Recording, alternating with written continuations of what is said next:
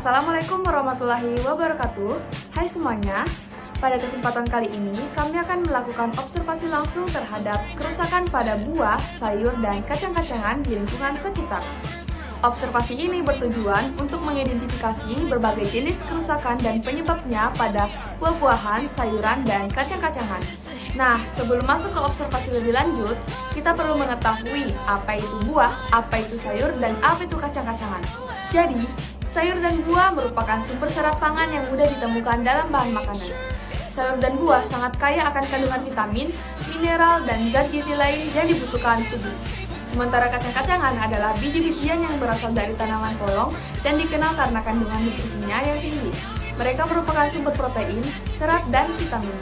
Nah, pada video ini, kami akan memberikan contoh kerusakan yang diantaranya ada sawi putih, sawi bunga, gambas, labu siam, dan kol untuk jenis sayur, pepaya, buah naga, apel, pisang, dan anggur untuk jenis buah, dan tempe, kacang panjang, kacang tunggal, kacang tanah, dan kacang merah untuk jenis kacang-kacangan. Nah teman-teman, tanpa berbasa-basi lagi, langsung saja kita masuk ke observasi pertama, yaitu pada sayur. Ciri kerusakan pada sayur sawi bunga, yang pertama yaitu perubahan warna dan daunnya. Banyak daunnya berubah warna menjadi warna kuning atau warna kecoklatan. Selanjutnya, layu dan teksturnya itu rusak. Daunnya tampak layu dan tidak segar. Selanjutnya, lubang-lubang yang terjadi pada daun. Terdapat lubang-lubang kecil yang kemungkinan disebabkan oleh hama seperti ulat bulu atau serangga. Kemudian penyebab kerusakannya yaitu penyimpanan yang tidak tepat.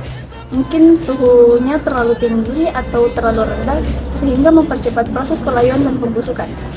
Kerusakan yang terjadi pada sayur kol ini adalah kerusakan fisik yang menyebabkan kol berlubang-lubang. Ciri-cirinya, daun kol memiliki lubang-lubang tidak beraturan, terdapat bekas gigitan pada tepi atau tengah daun. Penyebab kerusakannya disebabkan oleh serangga pemakan daun seperti ulat kubis, kutu daun, dan kumbang pemakan daun. Adapun ciri-ciri dari kerusakan sayuran gambus, yang pertama yaitu perubahan warna, yang kedua adanya bau yang tidak sedap, yang ketiga permukaan menjadi tidak rata karena munculnya jamur. Adapun penyebab dari kerusakan sayuran gambus yaitu karena tempat penyimpanan yang tidak tepat. Bisa jadi sayuran gambus ini disimpan pada tempat yang lembab. Selanjutnya, ciri kerusakan pada sawi putih. Yang pertama yaitu batang dan tulen daunnya menghitam atau mencoklat. Kondisi ini disebabkan oleh suhu yang lembab dan kurangnya sirkulasi udara. Beberapa bagian daun ini terlihat keriput dan tidak segar. Penyebab kerusakannya yaitu infeksi jamur dan bakteri, kemudian panen dan penanganan yang kurang tepat, yaitu tidak segera dibersihkan dan disimpan setelah dipanen. Yang terakhir, labu siam, ciri-cirinya yaitu ada bercak coklat, yaitu terdapat bintik atau bercak kecoklatan yang menandakan bahwa adanya luka fisik. Kemudian warnanya tidak merata.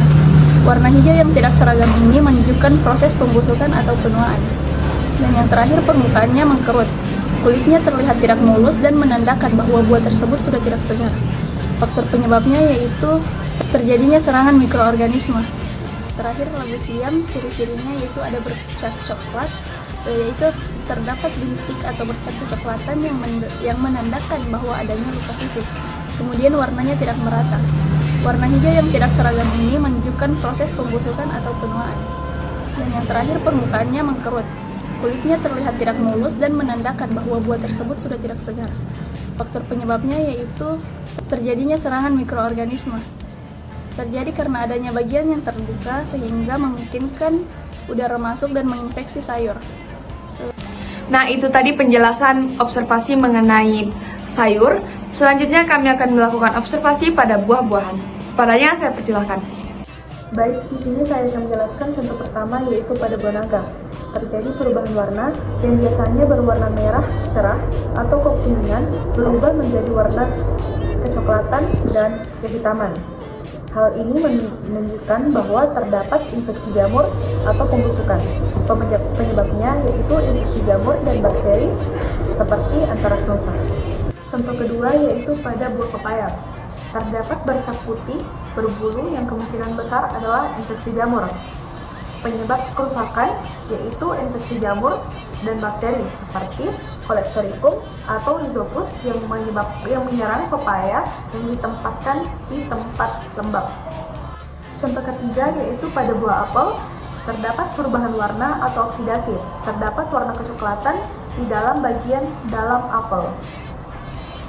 Penyebab kerusakan pada buah pisang yaitu yang pertama mikroorganisme, infeksi jamur serta bakteri dapat menyebabkan busuk pada pisang. Yang kedua pematangan berlebihan. Pisang menghasilkan gas etilen yang mempercepat pematangan dan menyebabkan buah cepat lembek serta busuk. Yang ketiga suhu dan kelembapan. Penyimpanan di suhu tinggi mempercepat pematangan serta kelembapan tinggi dapat memicu pertumbuhan jamur.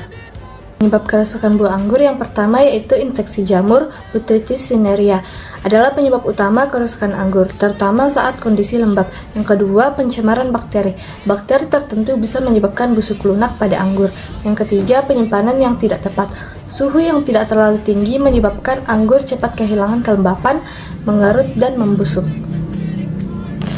Nah, itu tadi hasil dari observasi pada buah-buahan. Selanjutnya hasil observasi pada kacang-kacangan. Kepadanya saya persilahkan. Kerusakan yang terjadi pada kacang ini adalah kerusakan fisik di mana kacang tanah ini mengalami penyusutan serta permukaan yang mengerut.